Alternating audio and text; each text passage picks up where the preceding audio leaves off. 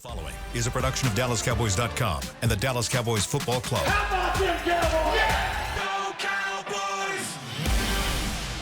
This is Talkin Cowboys. Streaming live from the Dallas Cowboys World Headquarters at the Star in Frisco. C.D. Lamb, touchdown. Parsons has sacked it. Prescott keeps it, and he bangs it in for the touchdown. And now your hosts, Isaiah Stanback, Patrik Walker, Josh Rodriguez, and Kyle Youmans. Ladies and gentlemen, welcome into the first Say It With Your Chest Friday of the 2025 season. It's a little bit of a different feel, but it's still the same sentiment because over the next 45 minutes, we're going to say it with our chest because there's a lot to talk about that has happened over the last 24 hours. It is a Friday edition of Talkin Cowboys presented by Black Rifle Coffee Company. We have Patrik Nosey Walker, Josh Rodriguez, Tommy Yarrish with Chris Beam in the back. Quiz Beam in the background. You said I was 13. Yeah. Oh, I love the baby too. I think I'm 11. yeah, that was a womp. Wait, where was this guy? brother. Yeah, thank you. Brother, hit him, Chris. Hit him. Oh, brother, this guy stinks! Can we start over? Can we just Now you know how I felt the other day. Nah, shut up. Okay. That boy is good. Good and terrible. Oh, man. Guys, Micah Parsons is no longer a Dallas Cowboy. What? It is done. Oh. Yeah. The saga is over. I moved that actually. one of the radar yesterday. I know. I went home after lunch yesterday. Well, you missed quite a bit. Oh, darn. The news raining down at about 3:55 Central Time. It was really kind of interesting. Our entire department of writers and on-air personality and anybody with the media except for the managers were all in an HR meeting. It just not a bad HR meeting. It was a scheduled thing, and it was just one of those workplace evaluation sort of situations. And then immediately Tommy Yarrish is like, they traded Micah. Let's go. And we all stormed out of there. And I feel bad because I need to go to HR to apologize because I just said I'm sorry. We have to go do this. We have to go take care of this. And of course they understood. They did. I hope so. Definitely did. I don't have a letter on my desk when we get back up. No, there. of course not. No, it made sense. Cowboys trade Micah Parsons to the Green Bay Packers. In return, they get a 2026 and 2027 first-round pick. Then they get Kenny Clark, interior defensive lineman from the Packers, a three-time Pro Bowler, coming off probably his worst year as a pro in the NFL, but he's 29 years old, still has some tread left on the tires, and it gives you a nose tackle to build around on that defensive front. The Packers then go on to sign Micah to a 4-year, $188 million extension with $136 million of that guaranteed. That's the situation. What just happened, Patrik? We talked about it already yesterday a little on the bit. Emergency podcast, but wow. Even after a night's sleep, it was a rough night's sleep. Yeah, even after a night's sleep, I woke up with the same simple thought, which was, wow, that actually happened. And again, I can't stress enough how wild it is to see the regression of the relationship between Micah Parsons and the Dallas Cowboys. Deteriorated. Pretty quickly. My goodness. From just last year, they're besties. Jerry Jones and Micah Parsons, they're sitting at the Cotton Bowl. They're having a beer. They're eating their hot dogs. They're enjoying themselves. Micah Parsons says, I want to be a Cowboy forever. Jerry Jones and Stephen Jones, they're saying, yes, we want him to be a Cowboy forever. Micah Parsons grew up a Cowboys fan. It's the storybook ending, right? Wrong. Because at some point in that chronology, and again, check out Tommy Yarrish's story of the chronology on DallasCowboys.com, follows everything that occurred in that timeline. But for it to end up being irreconcilable, I've been thinking about, have I ever seen a situation like this with the Cowboys in my time being alive? And the answer is no, because we've seen contentious contract negotiations. It's a thing here. It's a thing. Dak Prescott on a couple of occasions. DeMarcus Lawrence on a couple of occasions. CeeDee Lamb had, chose to hold out. Zach Martin was absent in camp until he got a pay increase, and it goes back even further than that. So we all had the thought, this isn't entirely different from that. This is the show, okay? In the end, they'll hug it out, and they'll be friends, much like CD did, much like Dak did, so forth and so on. But the more this dragged on, the more it started to feel like they might actually get a divorce. Yeah. And then earlier this week, it became possible. And then as early as a couple days ago, it became probable. And then likely. And then, like Tommy said, yesterday we're sitting in an HR meeting, and hopefully we're not fired this afternoon for running out of the HR meeting. Please forgive us. Yeah, the meteor hits the planet, and yeah, he's going to the Green Bay Packers. So the Packers effectively got what we talked about yesterday is their new Reggie White, and the Cowboys have some things to figure out. You know, I go back to just talking with some people this week and last night. I go back to the meeting in March that happened between Jerry Jones, Stephen Jones, and Micah Parsons when effectively they sat down and negotiated this framework of a contract and certain terms of the contract, and for the most part came to an agreement. And I think when you look at the past with Jerry Jones, he's big on trust. And if you don't have Jerry Jones's trust, you're gone. Yeah. And I think there is a part of an element to this where when Micah Parsons wanted to get his agent involved, which, by the way, I fully agree with him doing. I mean, the guy's 26 years old. Yeah. It's his first major contract negotiation. Of course you get an agent involved. But I think when the offer was out on the table and then it was presented to Jerry Jones saying, hey, we're going to have to redo this, I think that rubbed him the wrong way. And I think that was one of the reasons why this ended up being the case is, you know, he thought that they had something. He thought Micah Parsons was going to be taken care of. He was going to be the highest paid non-quarterback in NFL history, the most guaranteed money for a non-quarterback in NFL history. And it was taken off the table. And we've heard Jerry talk about that a couple of times now since then, that, hey, we had a deal knocked out. We had a deal knocked out. But in this case, should emotions be the reason why you can't get something done? Ultimately, I don't think so. You know, I think you try to find a way to move past it. But I think there are other factors and layers to this too. You know, I thought it was really interesting just some of the things that Jerry was saying yesterday when he was asked about, you know, how do you tell the locker room this, or how do you convince the locker room to move forward? And Jerry said, I feel good about where we're at in the locker room, maybe better. And I think that's really telling. I think that's really telling about, you know, how he feels like this team is going to go moving forward. At the end of the day, when I look at the compensation, I think they could have gotten more just because. Absolutely. I mean, players like Micah Parsons don't come around very often. And players like Micah Parsons aren't available for trade very often. So teams are going to give up a lot to get him. And I'm not saying Kenny Clark's not a good player. I'm not saying 2 first-round picks isn't good. I think you could have gotten more. And, you know, I think the timing of all this, with it being a week away from the season, certainly has a part to do with it too. But it is a unprecedented trade, and one that, I mean, we might never cover a trade like this ever again. But now, you know, you got to very quickly turn your focus to Philadelphia here in 6 days. I think there's just a bit of shock to all of this. When we were talking about it yesterday, Tommy's saying in the moment, like, this might be the biggest trade in NFL history. That was the quote that I'm pulling from Tommy Yarrish. And at the time when you said that, I was sort of in like, I don't know, man, because it kind of felt like this might be happening. Like I was, and granted, we're in the building, we're hearing these kind of rumblings going on, and I guess for me, the shock of it all was him going to Green Bay of all places. We don't get to that. That's a thorn. Been a thorn in the side of the Cowboys for a very long time. That to me was the most shocking of it all. But also, outside looking in, this might be the biggest trade to happen in NFL history at this point. Like looking at not just the name of the player, but where he's at in his career. It's 4 years in. He's not quite hit his prime yet. And speaking of prime, you look at Deion Sanders. being traded from the Atlanta Falcons, and that for them, how difficult that must have been in that scenario. You're looking at it right now, and you're having to cope with these things. You're going through the stages of grief because a lot of people really love this player.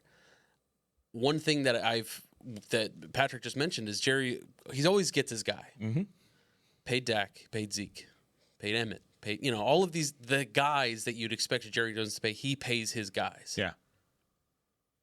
Was Micah Parsons really that guy? Ultimately, after all of this, they talked about leadership. They talked about how since March, it feels not necessarily. I don't think this is the grand scheme. I don't think this is the grand plan. I'm not trying to put that out there and say like, oh yeah, they thought of this from the beginning. It's been this grand master plan that they've had. But was any part of this, attest to his leadership? They moved him next to Dak Prescott to improve his leadership. Dragging this contract situation out and ultimately saying like, okay, we're going to do the same thing we did with Dak. Mm-hmm. We didn't get the contract negotiations done in the offseason, so you're going to have to pay on that fifth-year option. He decides to go get a second opinion. Possibly, to me, at every point, this felt like testing his leadership skills. And if he was able to get past that hump and show that he was willing to do what it took to play for the Dallas Cowboys. So when he's laying on the table in the preseason, when he's showing disinterest for guys, his teammates that are out there attempting to play for their football lives, and Micah Parsons is a made guy. He's going to play. There's no doubt about it. He's made the team, of course. Yeah. But the disinterest that he showed on the sideline, the disrespect that he showed to his fellow players, intended or not, for the big picture, intended or not, I think that showed them what they needed to see. To answer your question, Micah Parsons was absolutely a Jerry Jones guy, much like Dak Prescott is, CeeDee Lamb is, Emmitt Smith was, Ezekiel Elliott was, DeMarcus Lawrence was, because it was Jerry who ultimately called DeMarcus and said, you know what, enough is enough. Let's hash this out, and they got it hashed out. Micah Parsons and Jerry Jones had a relationship prior to this dissolution that is rarely seen. I mean, like Jerry Jones even said it in the press conference yesterday. Only 3 people have his phone number. Micah Parsons was one of those. I think that's a blatant maybe. I mean, obviously, but Tad is the second person. Patrick Nosey Walker's the third. No, his lovely wife is the third. But of course, that was a tongue-in-cheek statement. Sure. But what he was trying to say is that's how close they were. Yeah. So there was not simply a fracture; there was a hard split in the planet underneath that relationship. And I believe that hard split, yes, it ultimately ended up with, we could argue that, and it's a justifiable argument, that him lying on the table impacted it. I agree. Optics-wise, I agree that it did. But scale back earlier than that. It really goes down to the point where he was Jerry Jones's guy. Jerry Jones had the offer out there for him. Jerry even said yesterday, we don't know if it's exactly true. We'd have to hear from Micah and his representative to see if it's true. But he said that the guaranteed money that was offered by the Cowboys was greater than the guaranteed money he ended up getting from the Packers. So what I'm saying here with that point is that, yes, Jerry was willing to pay him. He said it several times. We could have signed him. We were willing to sign him. But what did Jerry consistently harken back to? Something you said, trust. He trusted. His perception of the engagement was that we had this deal negotiated. And then you came back and tried to use our negotiation as the floor for a new negotiation. And Jerry that broke the trust. So from there, everything spiraled out of control. What he said is they wanted to start negotiations where I ended. Where it ended, right. And, I think the interesting part, too, was Jerry confirming our good friend Jane Slater's report that, at the end of the day, he came up to Jerry Jones, or Jerry Jones came to Micah Parsons when he and his representatives tried to come back and rekindle negotiations and said, look, you either play on your 5th year or it's no more. Yeah. And Micah Parsons didn't want to play on his 5th year, rightfully so. I mean, he deserves his money, I think, and it ends up being traded. Now, I don't know if the offer that was on the table from Dallas was that much less than Green Bay's, but Nonetheless, it was less than 47. Yeah, 47. It was less than 47. Yeah, I don't know if it was substantially less than 47. Nonetheless, there's nothing that we can do about it now. Green Bay cleared the fence. But they did. They did. When you look at a player like Micah Parsons, and I've got a stat here from Pro Football Focus, highest pressure rates over a 4-season span in NFL history. Actually, it's in the NFL, but it's since 2006. I'm going to name some guys on this list. Von Miller, Aaron Donald, Nick Bosa, Myles Garrett, J.J. Watt, Aldon Smith, who, of course, was great early in his career but kind of fizzled out later, Khalil Mack, DeMarcus Ware, Dwight Freeney. You get what I'm doing, right? You know who's at the top of that list? Micah Parsons is at the top of that list. Not second or third or fourth behind these other great names. He's top of the list. So to see a player traded 4 years into a career where those 4 years, this is not the first 4 years of a career compared with Aaron Donald and Von Miller and all these different guys. This is the best 4-year span that Von Miller, Aaron Donald, Nick Bosa, and all these guys had in terms of doing their job the right way and getting pressure on an opponent. And Micah Parsons was better than those guys over his first 4 years as a part of the NFL. I like 2 first-round picks. I do. Don't get me wrong. I love the draft show. I love the NFL draft. This team has been good at drafting. I love getting first-round draft picks. They haven't picked in the first round twice since 2008. It's been a long time since this front office has done it. I love it. I like Kenny Clark. I think Kenny Clark's a good player. He was banged up a little bit last year, played through injury, had a down year, like I said at the start of the show. Kenny Clark is a good player. Don't get me wrong. But for the conversation to stop there, that's where I have the problem. Correct. That's where if you wanted to throw in another at least day 2 pick, a second or a third, then maybe I feel a little bit better about this whole situation. Maybe you throw in Edgerrin Cooper, who's a young defender that can kind of play a role in your defense, in your front seven, and he would be another toy for Matt Eberflus to play with when it comes to DeMarvion Overshown coming back. Having those two guys next to each other would have been a brilliant time.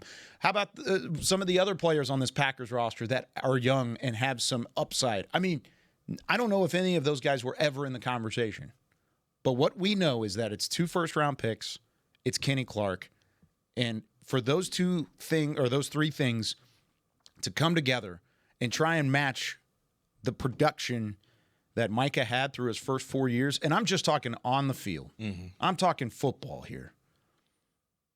I don't think you're going to have that equal.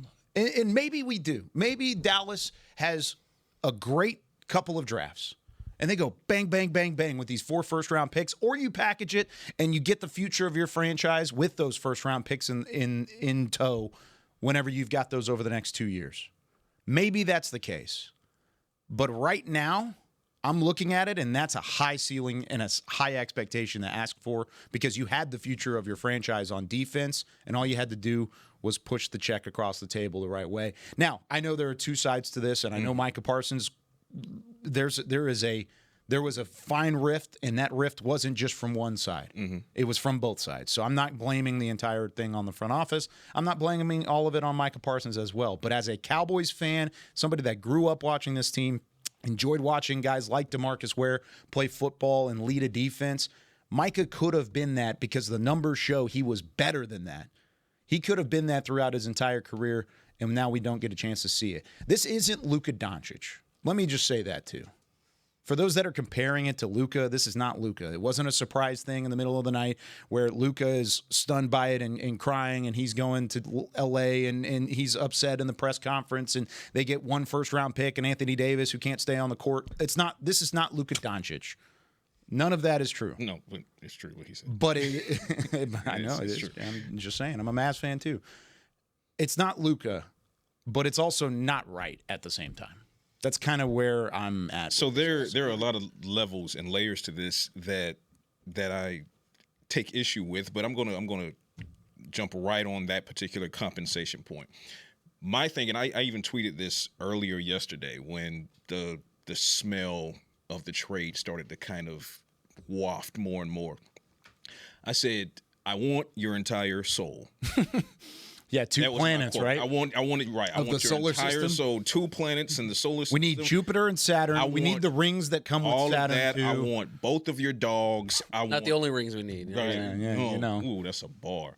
That's why I said So rings. you have facts. You did. Good job, Kyle. I'll Thanks, give you. guys. I didn't catch it because It's because I piggybacked on Josh's points through that HR meeting yesterday. Nice. So what the Cowboys got was a compensation package.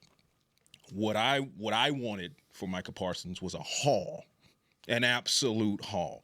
2 first-round picks and Kenny Clark is a good compensation. It's a good compensation package. But I agree with you. You're not good, pulling up right. the U-Haul It's a good currently. compensation package for a record-setting potential future Hall of Fame talent. Yeah.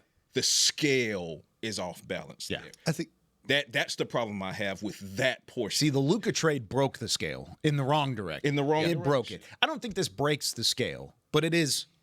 It's I so mean, it's tilted. definitely It's hard to think you could have gotten more. It's really hard to think. hard to think you couldn't have gotten more. You mean? Correct. Yeah. I agree with you completely. I think if you would have thrown in another talented player, a starter, you give me 2 starters and 2 first-round picks. But I'm top at of least that- talking there. On top of that, let's go back to Josh's point. Not only would I have the other team's name notwithstanding, I wanted a haul. You're telling me it's the Packers? I need it. I absolutely demand it because this is the same Packers team that has owned you. Yeah. And not just in general, but on your own field. They've never lost it. On their field. I mean, this goes back. And now what you've done is taken an NFC contender and you've made them that much better without immediately quantifying what you view as an upgrade as equal to their upgrade. So even if you are Jerry Jones and you're towing this line of Kenny Clark, and again, I do agree with Kyle. Kenny Clark had a down year last year, and we'll get to that. Yeah. But he's 1 year removed from a career high season, 7.5 sacks and 44 combined tackles and forced fumbles and pass deflections. Yeah, he's only 1 year removed from that. We'll see if Eberflus can get him back to that point. Yeah. So this is not a knock to Kenny Clark. What I'm saying is if you're going to give me Kenny Clark, and I love the 2 first-round picks, I need more knowing that me giving you Micah Parsons takes you and puts you potentially, we'll see how it all plays out. Did the Cowboys just put the Packers in the NFC Championship game? You made And if that's the case, I needed to weaken you more. Yeah. I needed to weaken you more. If I'm going to strengthen you so much so in this capacity, I need it to be That an defense is equal nasty exchange of some sort. Yeah. And it's just not an equal exchange. You saying you needed a cheese tax?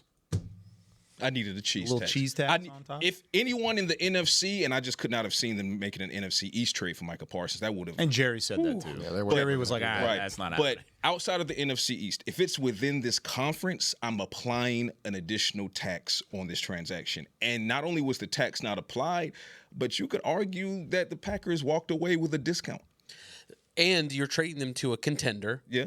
Micah Parsons, one of the best players in the NFL, trade him to a contender, effectively making your draft picks worse. Yeah. You play Instead of the Right, because now you're not Mid-teens, unless they you're talking about the implode. Yeah, unless they 30s. implode, you're not talking top 10, top 15. You're talking late 20s, 30s, which makes it essentially a high second round pick. Yeah. I'll say this too, though. You know, in terms of the compensation, I'm completely agree with all you guys. I think they could have gotten more. They should an have AFC gotten, team. and they should have gotten more, and they should have gotten more. Jerry Jones, I think, looked at this as Herschel Walker 2.0. There was never going to be a haul like Herschel Walker 1.0. I think that's just one of a kind. There's never going to be something like that in NFL history ever again. But I think you look and you make a good point about if the Packers are contending for a Super Bowl now, that's going to be 25, 26 in terms of, you know, when they pick in the first round. So my thing is, do the Cowboys look at this and say, we're going to use this as stock or as another asset to try and move up? In 26 and or 27. Good. You've got the opportunity to do that. I know Jerry Jones said yesterday, hey, we could use one of these to go get somebody right now. Yeah. Right now, I don't see that happening. I think, you know, we're 6 Who would you days- go get? Yeah, that we're 6 would even we're 6 days away from the season. I highly doubt it. So, you know, that I think that's how they look at it. Whether or not that, I'm not here to tell you what's right and what's not. Right? That's just how I think they're looking at it. And I think you look at 2026, 2027, those draft class, specifically 2027, there's going to be some, and we're going to talk about it on the draft show. There's going to be some really good players in 2027. You want to watch one of them? Turn on Texas Ohio State on Saturday and watch Colin Simmons, the edge rusher at Texas, play. You're going to see a guy who can didn't want to talk about who can wreck the game. Ohio State wide he receiver. felt the need to make sure. Well, I mean, I'm just saying if we're talking about edge rushers, make sure to put the Longhorn. well, yeah, okay. If you want to go watch, This is from a guy that says "Go Dogs" every 5 minutes on the show. Thank you, Josh. Thank you. If you want to go watch a wide receiver, it's me. That might be Julio Jones 2.0. Go watch number 4 in scarlet and gray. Hopefully, not catching the ball very much on Saturday. There you go. But that's how I see them kind of picturing this thing. If they can make it, if this is their Herschel Walker 2.0, and Jerry Jones talked about yesterday, kind of not necessarily resetting things, but giving this staff a clean slate going into their first year. I think that was really important, is getting something done before the season started, so we didn't have to go into the year asking Brian Schottenheimer every week about Micah Parsons. And now you've got a clean slate. Quick, so here's the added angle. So when they start talking about flipping picks, absolutely that's a possibility. I also don't see that happening 6 days before you go to Philadelphia. But the trade deadline is not until the beginning of November. So we'll see how that plays out. But if you're going to enter that negotiation with other teams and saying, yeah, we got these additional 2 first-round picks we're willing to have a conversation with, those GMs are looking at you saying the same thing that we're saying right now. They're saying, well, whose picks were they initially? Green Bay's? Yeah, it's true. No, you make your point. I want to talk more about this because there is some flexibility now. And I want to set it up the way that Cowboys fans, I know the Micah Parsons, we've already established this. The compensation wasn't ideal, but it's what we have. It's what Dallas has to work with over the next couple of years. So what can be next? What is next on the horizon? What's some of the different positives that come from this? Because it's not all negative. There are some positives. When we come back on Talkin Cowboys, we move on to this trade is now done. What's next on the table right after this? AT&T has a new guarantee because most things in life are not guaranteed, like getting through self-checkout by yourself. Warning, each item must be placed in the bagging area. Not guaranteed. Place item in the bagging area. Place item in the bagging area. You know what AT&T guarantees? Connectivity you depend on, deals you want, and service you deserve. Or we make it right. Terms and conditions apply. Visit att.com/guarantee for details. AT&T. Connecting changes everything. Every day begins with a promise to work hard and to build a future. That's why we're here, providing the tools, expertise, and John Deere equipment you have relied on for generations to help you get the job done right. We're with you. That's our promise to you, because no matter the project or the challenge you're facing, we're with you. We're united. If you're looking for fresh American roasted coffee that gives back, you need to head to your local grocery store and pick up a bag of Black Rifle coffee. That's right, America's coffee is now available in the coffee aisle of a grocery store near you. Black Rifle Coffee Company is veteran-founded with a mission to give back to those brave men and women who have served our nation. Every bag, box, or can you purchase helps support that mission. Head to your local grocery store and roast yourself some Black Rifle coffee today. As America's leading business lender, Bank of America is on your corner and in your corner. With over $9 billion in business loans and more than 140 business specialists right here in North Texas, we help businesses thrive so communities prosper. What would you like the power to do? Learn more at bankofamerica.com/local business. Bank of America, official bank of FIFA Club World Cup 2025. Copyright 2025 Bank of America Corporation, all rights reserved. Back to Talkin Cowboys.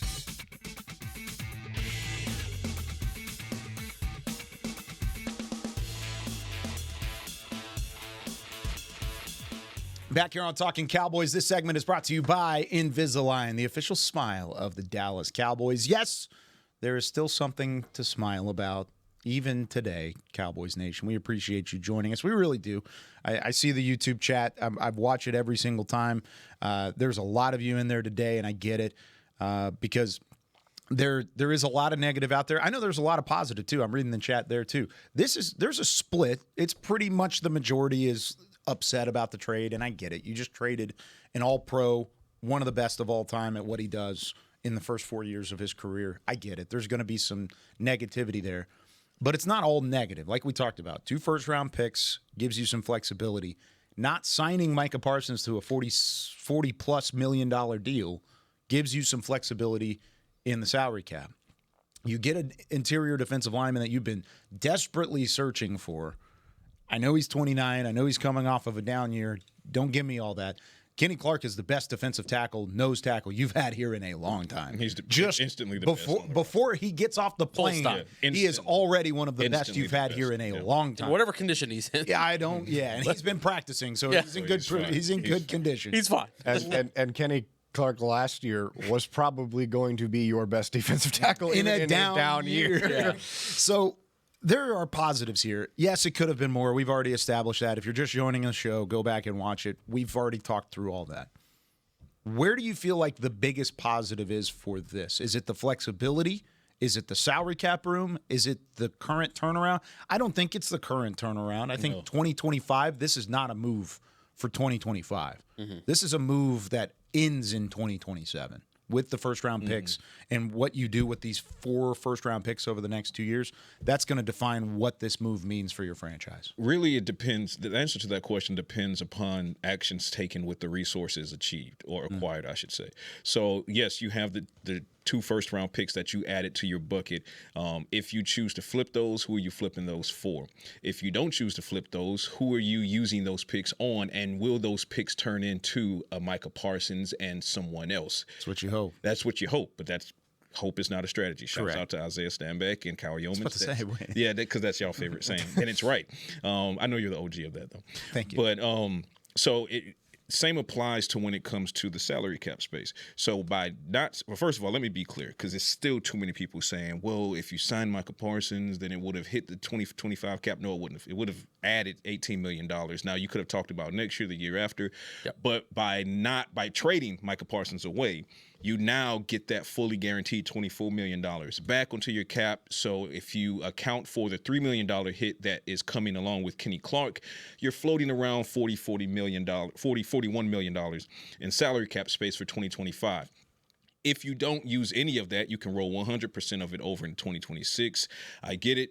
Tommy brought it up yesterday. Great point. You have contract extensions coming up with Tyler Smith, Deron Bland, some of these other guys. That being said, back to my original point, you have all this money and you have these extra picks.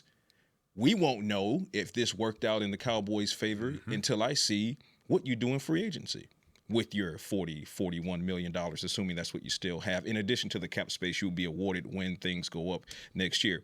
We don't know if the roster is going to be improved in 2026 and 2027 because of this trade, because we don't know who you're going to pick. And we don't know if those picks are going to pan out. Or we don't know if you're going to flip the picks for a veteran who's going to come in on a blockbuster situation. But I do agree that Kenny Clark is instantly, full stop, like Josh said, instantly your best nose tackle, which leads us to a conversation we'll have at another point. What does that mean for Mozzie Smith? What does that even mean for Perion Winfrey, who earned his spot? Because now it's Perion Winfrey versus Mozzie Smith with Kenny Clark staring you right in the face as your starting nose tackle. Yeah. In the way? 320 pounds in the way? He's a lot. He's a lot, and he's in the way. I kind of want to, just sticking on that point, sorry to cut you off. No, you're Josh. When it comes to the edge rusher position, we talked about it on our Madden ratings earlier in the week, right? Our edge rusher spot was pretty good across the board. You felt good about it. With Micah, yes, they are an elite group. Without Micah, they're not. It's just plain and simple. They're not an elite group. But are they still a strength of this football team? I would argue yes. Sam Williams, Marshawn Nealon, Donovan Ezeraku, there's still a lot to be proven there, but you've invested in that position and you have some talent there. So even if they go from being elite down to good, okay, you've got a good edge rusher room. Did your interior defensive line just go from being a bad interior defensive line room to at least an adequate one? Yes. Adequate, maybe borderline possibly good, depending on how much Kenny Clark's able to play. Good arguably. Question mark? Yeah, good question mark? Yeah. I think your defensive line is still fine. it's okay. And Jerry talked about it yesterday. A lot of the press conference was kind of rambling, and it wasn't all put together. But one of the things I thought was interesting is he said Coach Eberflus was confident that they could scheme pressure. And I think with the unit that they have and the personnel they have, they can scheme pressure. Will it be Micah Parsons pressure? No, it will not. Just don't anticipate that. And you're going to get your linebackers and safeties involved. 100%. Right. Maris Leaf, I was going to come in. They're going to be fine. Yeah. It was Steven that said, you can scheme pressure, you can't scheme stopping the run. Which is true. Which is true, yeah. But this is still, in my opinion, just an okay defensive tackle room. Like, yes, it got better. But it's adequate. Better. I don't significantly better. I don't think you're right. said that 24 hours ago. No, absolutely we not. would have said absolutely this not. is a bad defense. We just finished giving it a Madden rating. We gave it a Madden 69. rating. Yeah. It was not good. No, it wasn't good. So, yes, anything was better, right? Anything was better. But to say that, all right, run defense, done, we're good. Yeah, that's not. That's not the case. That's not the case. You got to show it now. Much less, all this talk about, hey, we wanted to improve the run defense. Rightfully so. They have been horrible against the run the last couple of years. It's what's been them in the playoffs. It's what's been them in the regular season. You want a really good test of how good your run defense is? You got Saquon Barkley coming up in 6 days. When the Eagles' offensive line that is really good left to right. They are creative in the run game. They get those guys in space. The left side of their offensive line, we're going to talk about this next week, and here we go. The sneak preview for that little shameless plug. There you go. But the Eagles are super creative in how they get their offensive linemen moving. That left side of the offensive line, when they get out in space, it is half a ton of mass just pushing you out of the way. So, you ever seen that scene in The Lion King? Which one? One where Mufasa dies. What? Spoilers, dude. Sorry, dude. Sorry to anybody who was watching. Didn't watch the 1996 classic. Animated classic. That's kind of cold. The Lion dies. Is that the reference you're using? Oh. Yikes, Kyle. Too soon. Push those. Oh, no, there he is. Kyle is scarred. Yeah. I was just saying the mass that was moving. You did it. That's all I was saying. You did it. That's what I'm just saying. Yeah. No, but they I'm gone. See you guys. All right. Thanks for hosting, Kyle. But they get up the field. They get out in space, and of course Saquon Barkley just ran for 2,000 yards. So there's your test. There's your test. And if you go into that game, they don't stop the run. Say, okay, well, Kenny Clark's only been here for 6 days. You got to give him some time. All right, you play him later again in the year. Play him later. You can try again, but. And a mere 3 weeks later, you play the Green Bay Packers. Oh, yeah, by the way, Josh Jacobs comes into town, and it's just... I tell you what I want to do, because you sparked a thought in my head. Because Kenny Clark, you mentioned that obviously the Cowboys are playing the Eagles, and it just struck me, hey, that means that there's plenty of film on Kenny Clark versus the Saquon Barkley and the Eagles from the last year's postseason game. So looking at the stats, Kenny Clark finished that game. The Eagles did walk away with the win, but they only scored 22 points. So the Packers defense was pretty effective in containing those guys. Let's see, Saquon did Saquon things. He had 119 with a 4.8 average. Kenny Clark had 5 combined tackles, and I'm interested. So I'm going to actually, after the show, I'm going to use some time today. I'm going to dissect some Kenny Clark film against the Eagles. Let's see, because assuming that he does play in 6 days, even if it's on a pitch count, let me see how much he's upgrading this defensive tackle room. So follow me on Twitter if you're not already, because I'm going to do a breakdown on Kenny Clark versus the Eagles. Let's see how he does. There you go. All right, we got to take our second break. When we come back, I'm going to read some of these comments about this Lion King thing because this is hilarious. When we come back with more right after this.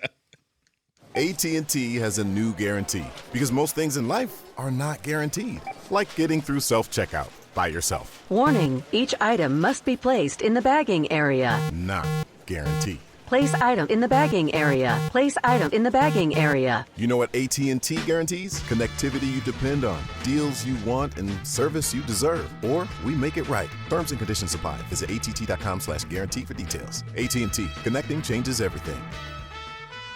If you're looking for fresh American roasted coffee that gives back, you need to head to your local grocery store and pick up a bag of Black Rifle coffee. That's right, America's coffee is now available in the coffee aisle of a grocery store near you. Black Rifle Coffee Company is veteran-founded with a mission to give back to those brave men and women who have served our nation. Every bag, box, or can you purchase helps support that mission. Head to your local grocery store and roast yourself some Black Rifle coffee today. Welcome back into Dear Doctor, the show where I answer life's questions with an ice-cold can of Dr. Pepper. Sheila, let's hear from our next caller, would you? Dear Doctor, my friend supported me during a tough time, but what's the right gift that says, thanks for being a shoulder to cry on? Okay, this one's easy. I say give her a delicious Dr. Pepper. Nothing says, thanks, girl, better than a one-of-a-kind soda. Yes, any Dr. Pepper flavor will do. Now, just a reminder that I don't need to be a real doctor to know that Dr. Pepper is the one you deserve. It's the official men's skincare brand of the Dallas Cowboys, Jack Black. And right now, Cowboys fans can get 15% off their $75 order. Plus, because every deal needs a playmaker, your order will include a free 5-piece skincare set and free shipping. The Jack Black Playmaker is 4 of Jack's favorites and a full-sized intense therapy lip balm. Make a play for the Playmaker at getjackblack.com/Cowboys with the code CowboysVIP. That's getjackblack.com/Cowboys with the code Cowboys VIP. Back to Talkin Cowboys. Back here on Talking Cowboys, we're going to have to wrap up the show a little bit early because we're talking about Kenny Clark. We're talking about the move that was made yesterday by Jerry Jones. They're both going to be upstairs. Say his name, and we've got to be there. Yeah, we've got to go be there and be a part of that. Quickly, Seth does get our comment of the day. He said, Kyle might be scarred, but Cowboys Nation is scarred. That's the comment of the day. That's very Rafiki of you. What a very nice. Yeah, what a poetic. Yeah. There's wisdom in that. Nicely ball. done, Seth. You've Wisdom now in entered ball. our competition for comment of the year. Beam doesn't agree, but we Beam doesn't like it. Patrik Nosey Walker, Josh Rodriguez, Tommy Yarrish, Chris Beam in the back. Does this change, just to wrap up the show, does this change the 2025 win total for you one way or the other? No, I do not think you were in championship contention this year with Micah Parsons. I don't think that is the case now. I think this is a soft / hard rebuild with the current coaching staff. I mean, I think it would be a lot to expect of them to reach championship with this new coaching staff. But I think you're doing your best to build the correct culture around you. This does feel, in a lot of ways, like a culture move. And, it sucks. I don't like it. I think you could have gotten more. And Micah Parsons is going to play really well for all 16 games out there in Green Bay. But at least for me here, for now, I think you're building towards the future, and that's the best you can hope for right now. Mind you, I said 16 games for Micah Parsons. No, it doesn't. Because for me, it's a little bit less than a wash. It upgrades your defensive tackle position, your nose tackle position specifically. Absolutely true. But Dante Fowler's your only proven edge rusher. Yeah. Everybody else has a lot of potential, a lot. Youth. But it's potential. Yeah. And it hasn't been realized quite yet.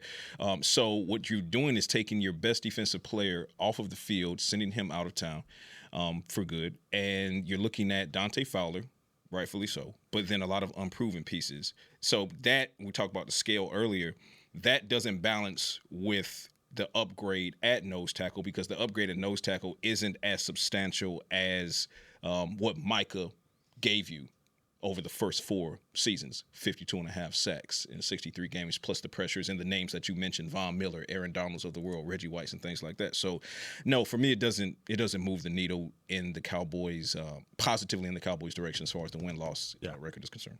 All right. Yeah, just real quick for me, I was at 8-9. I think we're still at 8-9. That's probably right around where I'm at.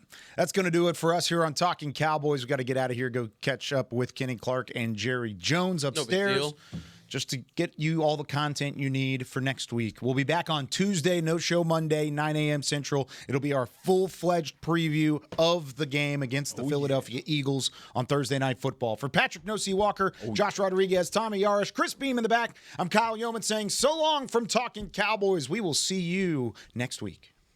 This has been a production of DallasCowboys.com and the Dallas Cowboys Football Club.